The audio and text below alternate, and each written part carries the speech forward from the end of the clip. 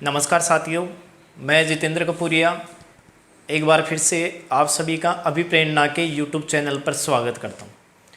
आज का हमारा टॉपिक है शुष्क खेती या ड्राई फार्मिंग के बारे में कि शुष्क खेती किसे कहेंगे, इसको अपनाने के सिद्धांत कौन कौन से हैं, वह प्रमुख जलवायु खंडों के बारे में सामान्य जानकारी। अब देखिए, सबसे पहले देखो शुष्क खेती किसे कहेंगे।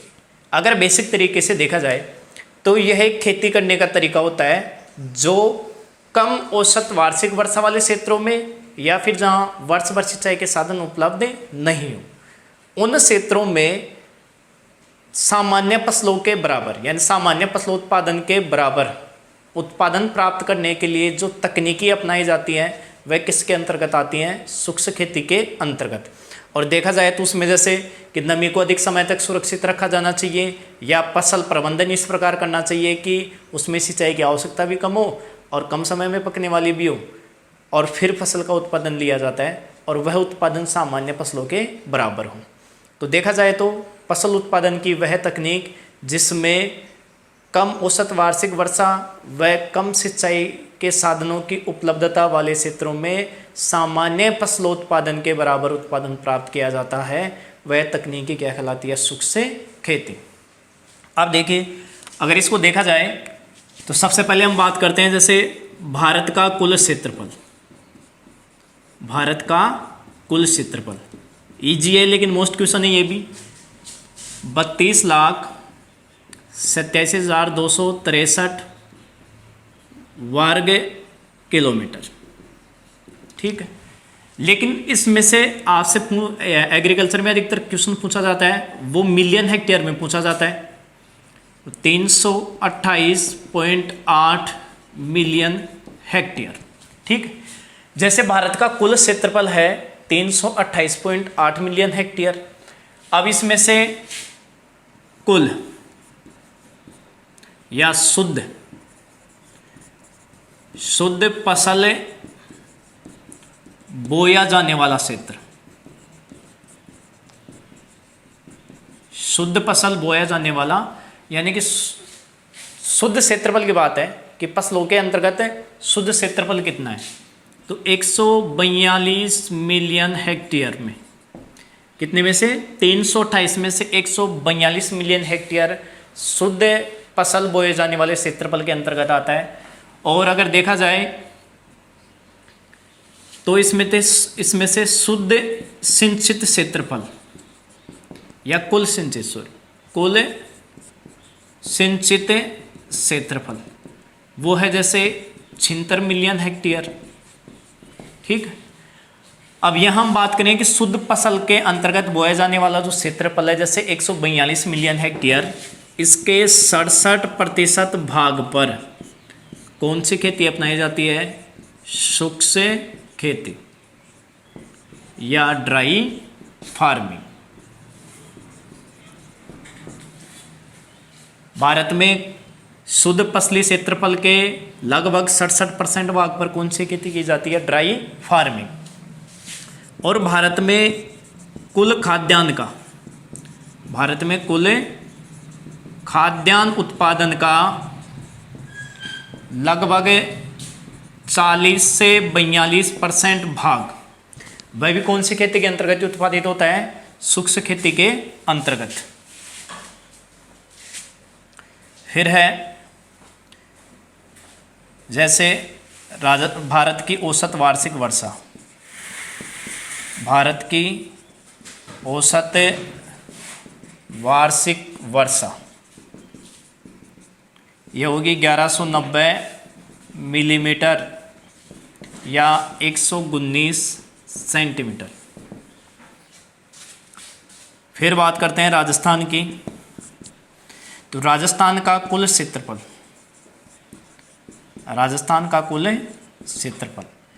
3,42,239 वर्ग किलोमीटर। और अगर इसको मिलियन में देखते हैं तो 34.2 मिलियन हेक्टर, ठीक है। राजस्थान की औसत वार्षिक वर्षा, राजस्थान की औसत वार्षिक वर्षा यह है 575 mm या 57.5 सेंटीमीटर। भारत की व राजस्थान का क्षेत्रफल व औसत वार्षिक वर्षा, यह चारों इंपोर्टेंट क्वेश्चन है। फिर देखें तो राजस्थान में मोटे अनाजों के कुल उत्पादन का लगभग 91%, दलहनी का जैसे तिलहनी का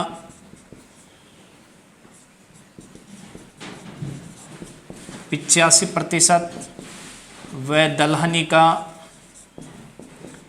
75% उत्पादन, यह भी कौन सी खेती के अंतर्गत होता है? शुष्क खेती के अंतर्गत। और अगर देखा जाए तो राजस्थान का 61.1 या 62% भाग भी कौन सी खेती के अंतर्गत आता है? शुष्क खेती के अंतर्गत। राजस्थान का जो कुल क्षेत्रफल है उसका लगभग कितना परसेंट भाग है? 62% भाग भी शुष्क खेती के अंतर्गत आता है। फिर देखा जाए तो सूखा या ड्रोट, सूखा किसे कहेंगे?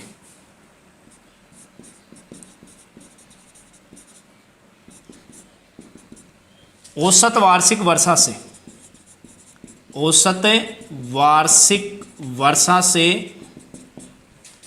75% कम वर्षा का होना। जो वर्ष की औसत वार्षिक वर्षा होती है उससे 75% कम होना किस श्रेणी में आता है? सूखा। और अगर औसत वार्षिक वर्षा से 50% कम यानी कि आधी बरसात होती है तो वो भयंकर सूखा की स्थिति में आता है। तो ये थी बेसिक जानकारी और सभी क्वेश्चन मोस्ट हैं देखा जाए तो। फिर है शुष्क खेती के प्रकार।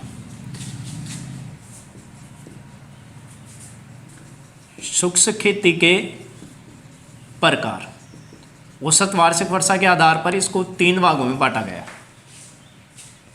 पहला है देखो, या सूक्ष्म मृदा खेती भी कह सकते हैं इसे, सूक्ष्म मृदा खेती के प्रकार। सबसे पहले है जैसे शुष्क खेती या ड्राई फार्मिंग, शुष्क खेती या ड्राई फार्मिंग। देखिए शुष्क खेती या ड्राई फार्मिंग किसे कहेंगे, कौन से क्षेत्र में अपनाई जाती है? इस प्रकार का तरीका या यह खेती जहां औसत वार्षिक वर्षा 750 या 750 mm से कम हो, वहां पर कौन सी खेती अपनाई जाती है? शुष्क खेती। एक बार फिर से देखें, शुष्क खेती या ड्राई फार्मिंग, यह खेती उन क्षेत्रों में अपनाई जाती है जहां औसत वार्षिक वर्षा 750 mm से कम हो।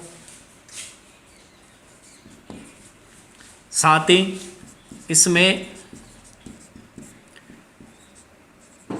मृदा नमी संरक्षण पर बल दिया जाता है। वह सूक्ष्म क्षेत्रों में अपनाई जाती है। नाम से मालूम चल रहा है कौन से क्षेत्रों में? सूक्ष्म क्षेत्रों में अपनाई जाती है। दूसरी है देखो dry land farming. Dry land farming, यह खेती उन क्षेत्रों में अपनाई जाती है जहां औसत वार्षिक वर्षा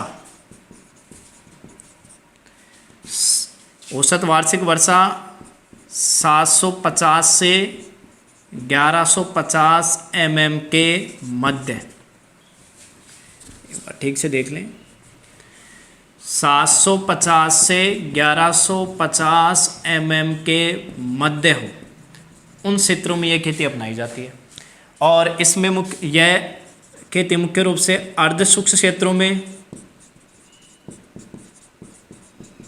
कौन से क्षेत्रों में अपनाई जाएगी? अर्ध शुष्क क्षेत्रों में अपनाई जाएगी। वह इसमें नमी संरक्षण है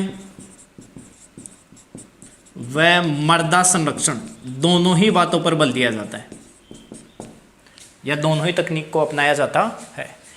तीसरी है rain fade farming. Rain fade farming, यह खेती उन क्षेत्रों में अपनाई जाती है जहां औसत वार्षिक वर्षा, समझ जाओगे ना, 1150 mm से अधिक हो। औसत वार्षिक वर्षा कितने mm से अधिक हो? 1150 mm से अधिक हो। वहां पर कौन सी खेती? Rainfed farming. और यह है आर्द्र व अति आर्द्र, आर्द्र व अति आर्द्र क्षेत्रों में अपनाई जाती है। और इसमें जो खेती का तरीका अपनाने के लिए जो मुख्य बात है वह है जल निकास। जल निकास की उचित व्यवस्था करके इस खेती को अपनाया जाता है। ठीक है, ये थे कि सूक्ष्म मृदा खेती के प्रकार। अब देखिए इसमें फिर से हम देखते हैं मुख्य बातों के बारे में। जैसे देखो सूक्ष्म खेती की सामान्य जानकारी। अब यहाँ भारत का व राजस्थान का क्षेत्रफल तथा औसत वार्षिक वर्षा, पिछली जेट व आईसीआर के एग्जाम में बहुत बार पूछा गया क्वेश्चन भी है। तो भारत का कुल क्षेत्रफल है 32,87,263 वर्ग किलोमीटर, और इसको मिलियन हेक्टेयर में बोलेंगे 328.8, यानी कि ये वाला भाग है वो सीधा किस में हो गया? 8 में। तो 328.8 मिलियन हेक्टेयर।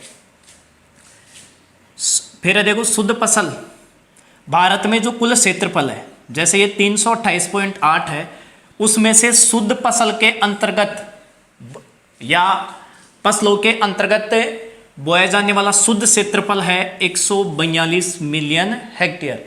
कि 328 में से 142 मिलियन हेक्टेयर ही क्या है? फसलों के अंतर्गत बोया जाने वाला क्षेत्रफल। कुल सिंचित क्षेत्रफल की बात करें तो इसमें से भी कितना? 76 मिलियन हेक्टेयर ही क्या है? शुद्ध सिंचित या कुल सिंचित क्षेत्रफल। फिर देखिए ये मोस्ट क्वेश्चन है, यहाँ इस बात को समझाने का मतलब यही है कि भारत में जो शुद्ध फसली क्षेत्र है उसके लगभग 67% भाग पर कौन सी खेती अपनाई जाती है? शुष्क खेती या ड्राई फार्मिंग। और जैसा मैंने बताया ड्राई फार्मिंग किसे कहेंगे? कृषि की वह तकनीक जिसमें कम औसत वार्षिक वर्षा वाले व सिंचाई के कम साधनों की उपलब्धता में ही सामान्य फसलों के बराबर या सामान्य फसलों उत्पादन के बराबर उत्पादन दिया जाता है, वह तकनीक क्या कहलाती है? शुष्क खेती। तो कितने परसेंट भाग पर? 67% भाग पर शुष्क खेती अपनाई जाती है भारत में भी। अब देखिए भारत में जो कुल खाद्यान्न उत्पादन होता है उसका 40 से 42% भाग कौन सी खेती के अंतर्गत होता है? शुष्क खेती के अंतर्गत। भारत की औसत वार्षिक वर्षा की बात करें तो 1190 mm होगा। सबसे मोस्ट क्वेश्चन ये भी 1190 mm मिलीमीटर या 119 सेंटीमीटर। और विश्व की देखा जाए तो विश्व की होती है 1000 mm, विश्व की औसत वार्षिक वर्षा। फिर देखो राजस्थान का कुल क्षेत्रफल होता है 3,42,239 वर्ग किलोमीटर, और इसे मिलियन में बोलेंगे 34.2 मिलियन हेक्टर। ठीक है, बात क्लियर। फिर देखो राजस्थान की औसत वार्षिक वर्षा होगी 575, भारत की औसत वार्षिक वर्षा से कम है 575, और सेंटीमीटर में होगी 57.5 सेंटीमीटर। अब देखिए राजस्थान में जो मोटे अनाज है उनके कुल उत्पादन का 91%, तिलहनी का लगभग 85 और दलहनी का लगभग 75% जो उत्पादन होता है वो कौन सी खेती के तरीके से उत्पादन होता है? शुष्क खेती के द्वारा ही मुख्य रूप से उत्पादित होता है। ये भी मोस्ट क्वेश्चन है कि राजस्थान का लगभग 61% भाग कौन सी खेती के अंतर्गत आता है? शुष्क खेती की। और भारत की दृष्टि से क्षेत्रफल के तौर पर देखें तो पूरे भारत का लगभग कितना परसेंट क्षेत्रफल है राजस्थान में? 10.41, और राजस्थान के कुल क्षेत्रफल के लगभग 61.1% या 62% भाग में कौन सी खेती होती है? शुष्क खेती, या औसत वार्षिक वर्षा कम होती है यहाँ की। फिर होता है देखो सूखा या ड्रोट किसे कहेंगे? सूखा किसे कहेंगे? जब औसत वार्षिक वर्षा उससे या उसकी तुलना में जब 75% बरसात होती है तो वह क्या कहलाएगा? सूखा। और भयंकर सूखा जब औसत वार्षिक वर्षा से 50% कम बरसात होती है तो उसे क्या बोलेंगे, भयंकर सूखा। औसत वार्षिक वर्षा जैसे मान लो कि 100 है और बरसात कितनी हो रही है, 75 सेंटीमीटर, तो ये 75 सेंटीमीटर तो किस श्रेणी में आ रहा है, सूखा के में। और 50 आ रहा है, वो अगर 50% ही हो रही है तो ये भयंकर सूखा की स्थिति में। फिर देखो ये मोस्ट बात है, यहाँ से भी क्वेश्चन पूछे गए हैं। सूक्ष्म मृदा खेती के प्रकार, यह देखो खेती 3 प्रकार से की जाती है। एक तो होती है शुष्क खेती या ड्राई फार्मिंग, जैसा कि हम पढ़ रहे हैं। यह खेती उन क्षेत्रों में अपनाई जाती है जहां औसत वार्षिक वर्षा 750 mm से कम हो। औसत वार्षिक वर्षा कितने mm से, 750 mm से कम हो, वहां पर कौन सी खेती अपनाई जाएगी, शुष्क खेती या ड्राई फार्मिंग। अब इसमें देखो मुख्य रूप से कौन सी तकनीकी अपनाई जाती है, तो यह खेती शुष्क क्षेत्रों में अपनाई जाती है, ठीक है। और इसमें मृदा नमी संरक्षण पर बल दिया जाता है। इसमें जो मुख्य तकनीक है कि इसमें मृदा नमी संरक्षण, यानी नमी को लंबे समय तक मृदा में संग्रहित करके ही खेती की जाती है, उस तकनीकी के ऊपर बल दिया जाता है। दूसरी है ड्राई लैंड फार्मिंग। जैसे हम नीचे की तरफ जा रहे हैं, तीसरा क्रम, तो औसत वार्षिक वर्षा बढ़ती जाएगी। ये शुष्क, फिर है ड्राई लैंड फार्मिंग। शुष्क का दूसरा नाम है ड्राई फार्मिंग, तो ड्राई फार्मिंग, फिर है ड्राई लैंड फार्मिंग, फिर है रेन फेड फार्मिंग। ऐसे औसत वार्षिक वर्षा भी बढ़ती जाएगी। यह खेती उन क्षेत्रों में अपनाई जाती है जहां औसत वार्षिक वर्षा 750 से लेके 1150 mm के मध्य होती है, ठीक है। और यह शुष्क या अर्ध शुष्क क्षेत्रों में अपनाई जाती है, और इसमें नमी संरक्षण व मृदा संरक्षण दोनों ही बातों पर, कि मृदा के कटाव को भी रोकना, नमी को भी लंबे समय तक सुरक्षित रखा जाना, इन बातों के ऊपर जोर दिया जाता है। तीसरा है देखो रेन फेड फार्मिंग।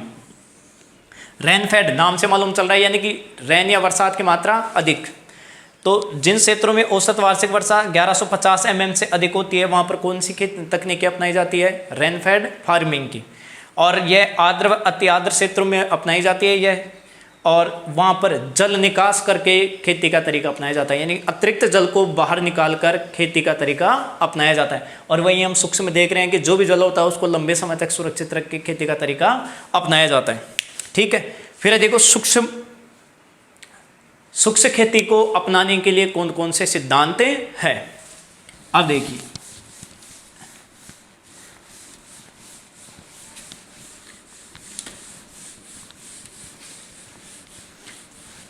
इसके लिए हम पहले इसको एक बार राइट कर लेते हैं, जिससे कि टॉपिक जल्दी फिनिश हो जाए। उससे आगे है देखिए, शुष्क खेती अपनाने के सिद्धांत, कि शुष्क खेती अपनाने के लिए कौन कौन से सिद्धांतों को या कौन कौन से नियमों को अपनाना पड़ेगा। अब देखिए, यहाँ समझने की कोशिश कीजिए। 1 व 2 शुष्क खेती अपनाने के मुख्य सिद्धांत कितने हैं, 2। पहला है जैसे मृदा नमी को संरक्षित करके, और दूसरा है फसल प्रबंधन। यानी कि एक सिद्धांत हो गया है कि मृदा में जो नमी की मात्रा है उसको लंबे समय तक संरक्षित किया जाए, कि फसल को लंबे समय तक जल की या सिंचाई की आपूर्ति बनी रहे। दूसरा है कि मृदा नमी के साथ साथ फसल का प्रबंधन भी इस प्रकार करना चाहिए कि शुष्क खेती को अपनाया जा सके, कि जैसे बीज की मात्रा कितनी रखी जानी चाहिए, और शुष्क खेती के लिए उपयुक्त जो विशेष किस्में होती हैं जो शुष्क खेती के लिए उपयुक्त मानी जाती हैं, उनकी बुआई करनी चाहिए, क्योंकि उनका जो परिपक्व काल होता है वो सामान्य किस्मों की तुलना में क्या होता है, कम होता है। तो इस प्रकार दोनों ही बातें मायने रखती हैं कि मृदा नमी को भी संरक्षित करना चाहिए और एक उचित फसल प्रबंधन भी होना चाहिए, और उन दोनों के द्वारा इस शुष्क खेती को अपनाया जा सकता है।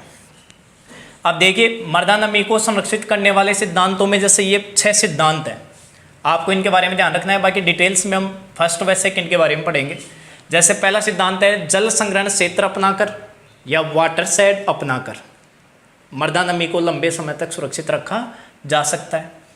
दूसरा है वाष्पोत्सर्जन को कम करके, यानी कि पौधे की जो वाष्पोत्सर्जन क्रिया होती है उसमें 99% जल का उपयोग होता है, तो उस 99% जल की जो हानि हो रही है उसको कम किया जा सके, जिससे कि पौधे में सिंचाई की आवश्यकता कम पड़े, और शुष्क खेती को अपनाया जा सकता है। गहरी जुताई करके, अब ये दो इसके बारे में हम डिटेल से हम आगे पढ़ेंगे। फिर देखो गहरी जुताई करके, यहाँ हम समझे कि जैसे वर्षा काल में खेत की गहरी जुताई की जाती है, जिसके कारण से जल बहकर खेत से, या वर्षा जल होता है वो खेत से बाहर बहकर न जा सके और ज़्यादा से ज़्यादा मृदा में या भूमि में संग्रहित हो सके। जिससे कि जो मृदा नमी है वो लंबे समय तक बनी रहेगी।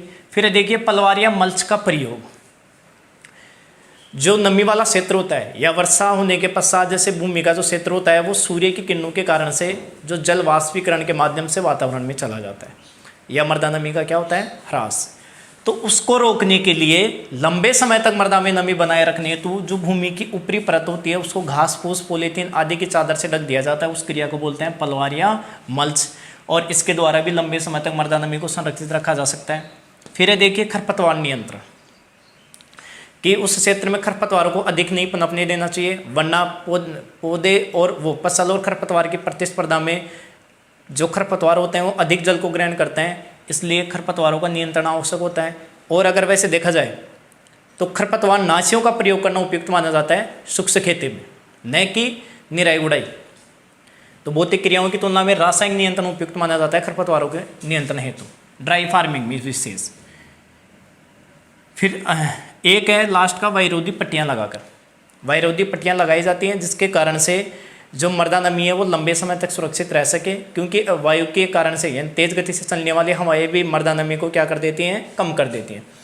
तो ये थे मृदा नमी को संरक्षित करने के उपाय। फिर देखो फसल प्रबंधन, मिश्रित खेती, बीज दर और उपयुक्त किस्मों का चुनाव, इसके बारे में चलो हम आगे देखेंगे। अब इनमें से ये जो फर्स्ट व सेकेंड, इसके बारे में डिटेल से हम देखते हैं, क्योंकि कई बार यहाँ से क्वेश्चन पूछे गए हैं प्रीवियस एग्जाम में। देखिए सबसे पहला टॉपिक था जैसे मृदा नमी संरक्षण करने में जल संग्रहण या वाटर शेड अपनाकर, जल संग्रहण या वाटर शेड अपनाकर आप शुष्क खेती कर सकते हैं या अपना सकते हैं। अब जल संग्रहण क्षेत्र या वाटर शेड क्या होता है, यानी कि वर्षा के बहते हुए जल को एक विशेष क्षेत्र में या मृदा की एक विशेष संरचना में जल को एकत्रित किया जाता है और अतिरिक्त जल को एक बिंदु के माध्यम से बाहर निकाल दिया जाता है।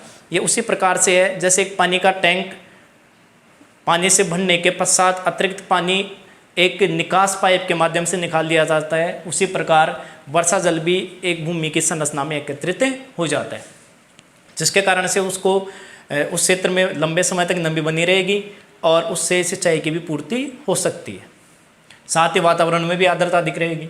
आप देखिए मृदा या क्षेत्रफल के आधार पर इस वाटर शेड या जलग्रहण क्षेत्र को 5 भागों में विभाजित किया गया है।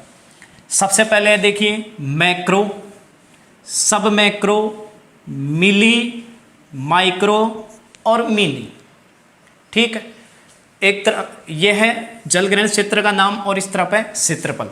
नाम से मालूम चल रहा है मिनी यानी कम क्षेत्रफल में, फिर माइक्रो इससे अधिक, फिर मिली इससे अधिक, सब मैक्रो मिली से अधिक और मैक्रो सबसे अधिक क्षेत्रफल में। तो देखा जाए तो देखो मिली जलग्रहण क्षेत्र अपनाया जाता है 10 से लेकर 100 हेक्टेयर या 1 से लेकर 100 हेक्टेयर के मध्य।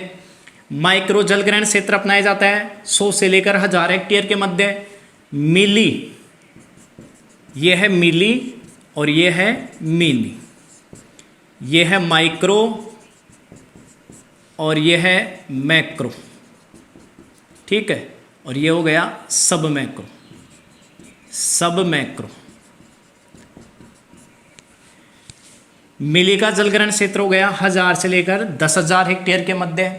फिर सब मैक्रो जलग्रहण क्षेत्र का क्षेत्रफल है 10,000 से लेकर 50,000 हेक्टेयर और मैक्रो जलग्रहण क्षेत्र है 50,000 हेक्टेयर से अधिक। तो कई बार जैसे सुपरवाइजर में पूछा गया क्वेश्चन है कि माइक्रो जलग्रहण क्षेत्रफल का या माइक्रो जलग्रहण क्षेत्रफल होता है 100 से लेकर 1000 हेक्टेयर के मध्य।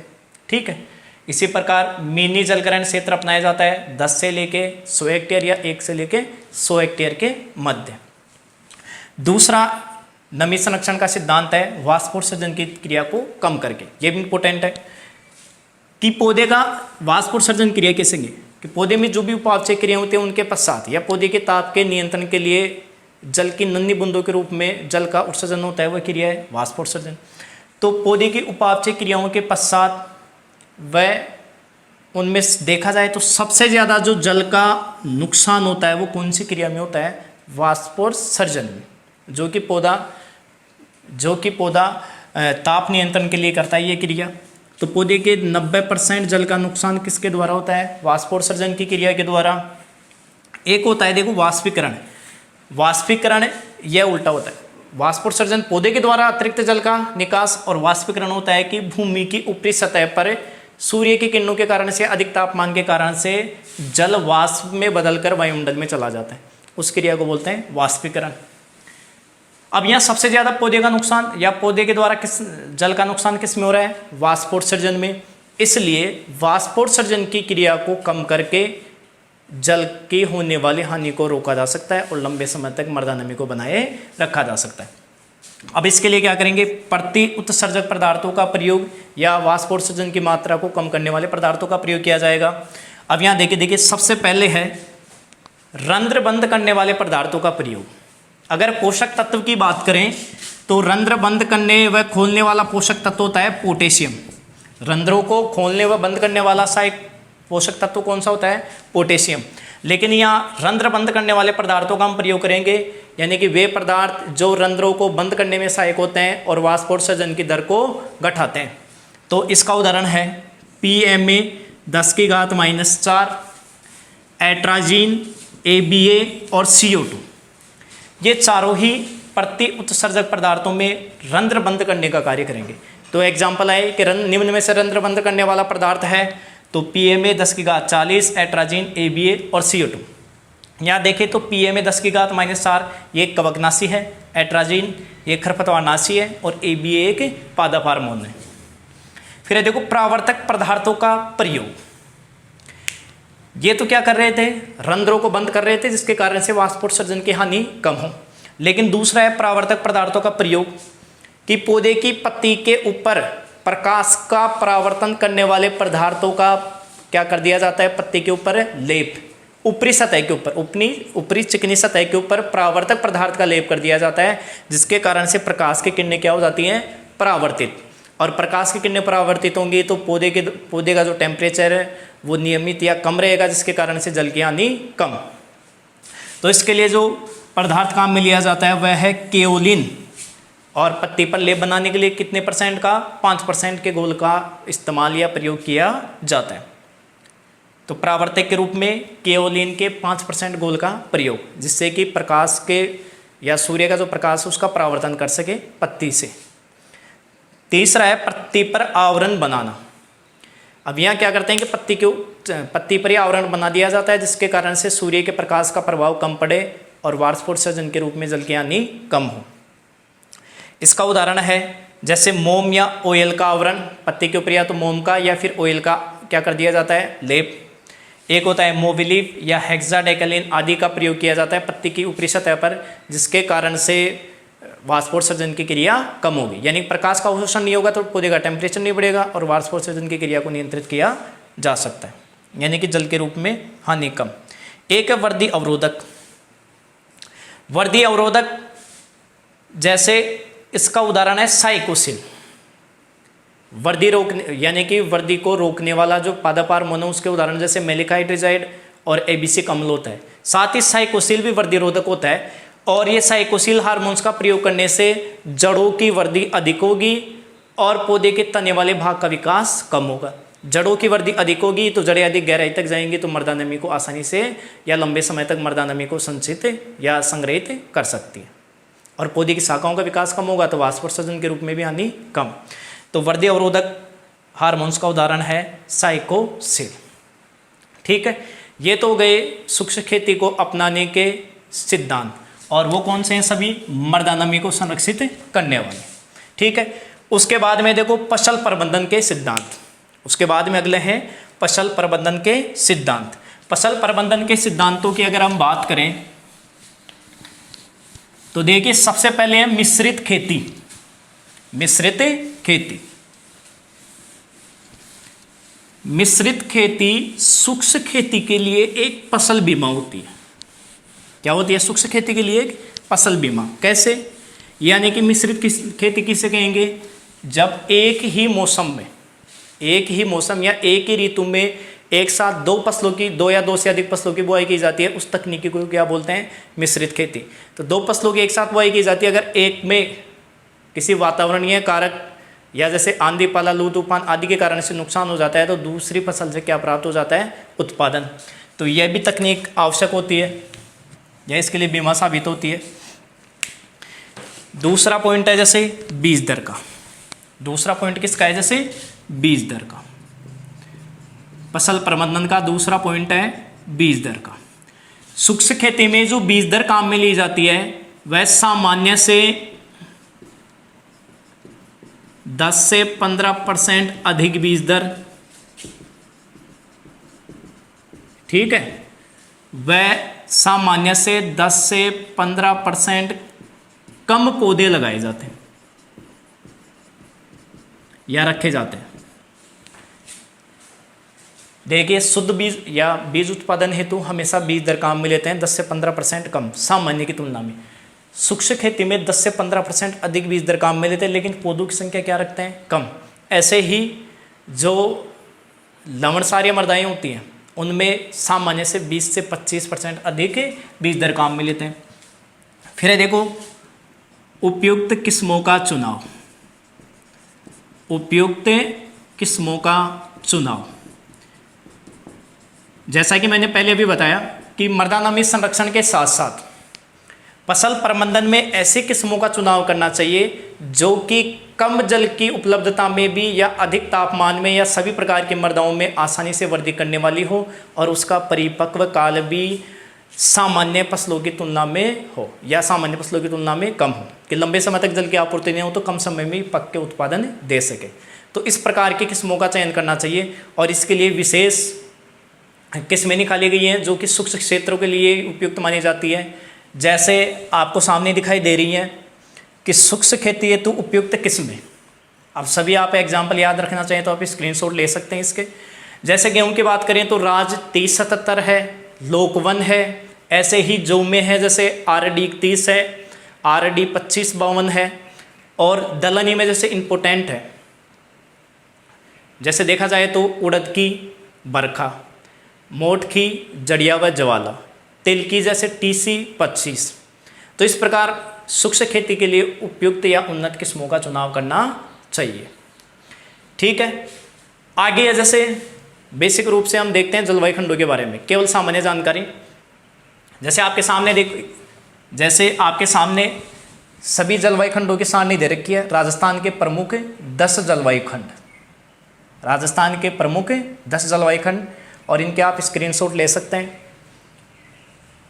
अब देखिए सबसे पहले हम देखते हैं, अगर भारत की दृष्टि से देखा जाए, भारत की दृष्टि से देखा जाए तो भारत में कुल जलवायु खंड, कुल सस्य जलवायु खंड, तो भारत में कुल सस्य जलवायु खंडों की संख्या है 15। जलवायु खंडों को जैसे एग्रो क्लाइमेटिक जोन भी कह सकते हैं, एग्रो क्लाइमेटिक जोन, इनकी संख्या कितनी है 15। लेकिन अगर आप अलग अलग देखा जाए तो योजना आयोग के अनुसार, योजना आयोग के अनुसार जलवायु खंडों की संख्या है 15 और ICR के अनुसार जलवायु खंडों की संख्या है 131, ठीक है। अगर आपको स्पेशल पूछा जाए कि ICR के अनुसार जलवायु खंडों की संख्या बताइए या योजना आयोग के अनुसार, तो ICR के अनुसार हो गई 131 और योजना आयोग के अनुसार हो गई 15। अगर किसी का भी नहीं आता है तो आपको डायरेक्ट कितने बताने हैं 15। फिर देखिए सस्य पारिस्थिति जोन या एग्रो इकोलॉजी जोनों की संख्या, भारत में सस्य पारिस्थिति या एग्रो इकोलॉजी जोनों की संख्या कितनी है 20। तो ये बातें तो हो गई किससे संबंधित, भारत से संबंधित। फिर बात करते हैं हम राजस्थान की। राजस्थान में अगर देखिए भारत की दृष्टि से अगर राजस्थान को देखा जाए तो राजस्थान भारत की दृष्टि से भारत के 14वें व अधिक कुछ भाग 8वें व 90वें खंड में आता है।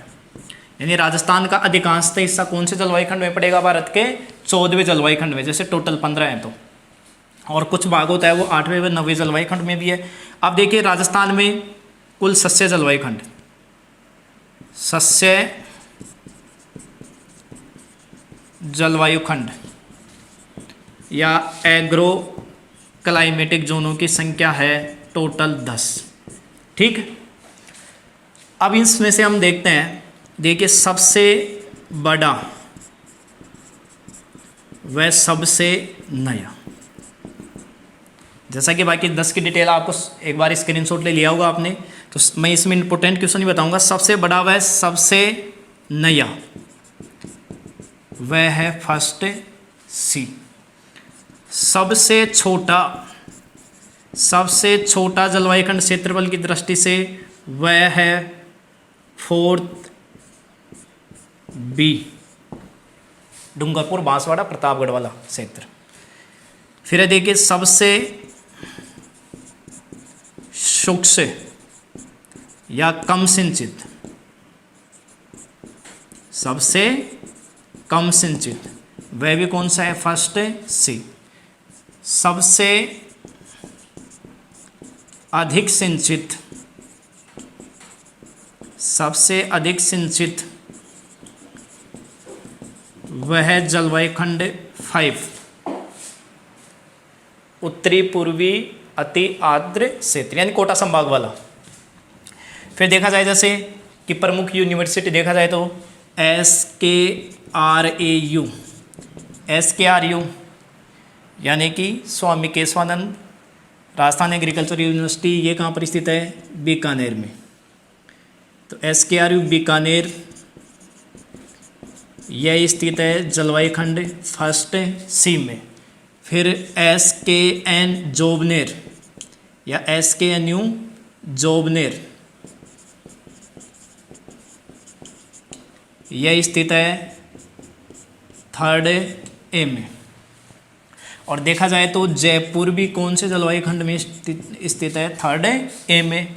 फिर देखिए MPUT उदयपुर ये स्थित है फोर्थ ए में। और एग्रीकल्चर यूनिवर्सिटी कोटा यह स्थित है 5 में। और जो AU जोधपुर है वो करीबन 2 या 3 जलवायु खंडों में स्थित है, तो इसलिए उसका फैक्ट नहीं है। इसी के साथ ही देखा जाए जैसे किन्नो या माल्टा, कई बार क्वेश्चन हो जाए किन्नो या माल्टा की खेती के लिए सबसे या सर्वाधिक उत्पादन कौन से जलवायु खंड में होगा, तो इसका आंसर होगा जैसे फर्स्ट बी। इसी प्रकार जैसे पूछ ले संतरा की खेती के लिए सबसे उपयुक्त जलवायु खंड, तो वह कौन सा है, 5। तो ये थे इसके इंपोर्टेंट क्वेश्चन। चलिए देखिए फसल प्रबंधन की बात कर रहे थे हम। मृदा नमी संरक्षण के बाद में आ गया है फसल प्रबंधन, कि फसल का प्रबंधन किस प्रकार करें। तो मिश्रित खेती पहला पॉइंट है। मिश्रित खेती सूक्ष्म खेती के लिए क्या माना जाता है, एक बीमा, यानी कि अगर एक फसल से उत्पादन प्राप्त नहीं होता है किसी कारण से, या वातावरणीय कारणों के कारण से हो सकता है, या पाला वगैरह आदि से, तो दूसरी फसल से भी उत्पादन लिया जा सकता है। फिर है बीज दर। सूक्ष्म खेती के लिए बीज दर सामान्य से 10 से 15% अधिक रखी जाती है और पौधों की संख्या 10 से 15% कम। तीसरा पॉइंट है जैसे उपयुक्त किस्मों का चुनाव। सूक्ष्म खेती के लिए उपयुक्त किस्मों का चुनाव करना चाहिए जो कि उस क्षेत्र में आसानी से उत्पादन दे सके, यानी कि कम जल की उपलब्धता में, और परिपक्व काल भी क्या होता है उनका, कम। तो उसका उदाहरण जैसे आपने सांड में देखा होगा। फिर आगे जैसे प्रमुख जलवायु खंडों के बारे में देखते हैं। तो इंपोर्टेंट क्वेश्चन ये इसके, भारत में कुल सस्य जलवायु खंड या एग्रो क्लाइमेटिक जोनों की संख्या कितनी, 15। योजना आयोग के अनुसार 15 है, ICAR के अनुसार है 131। सस्य परिस्थिति जोनों की संख्या है 20, या एग्रो इकोलॉजी जोनों की संख्या है भारत में 20। अगर भारत की दृष्टि से राजस्थान को देखें तो राजस्थान भारत की दृष्टि से अधिकांशतः भाग इसका 14वें जलवायु खंड में आता है।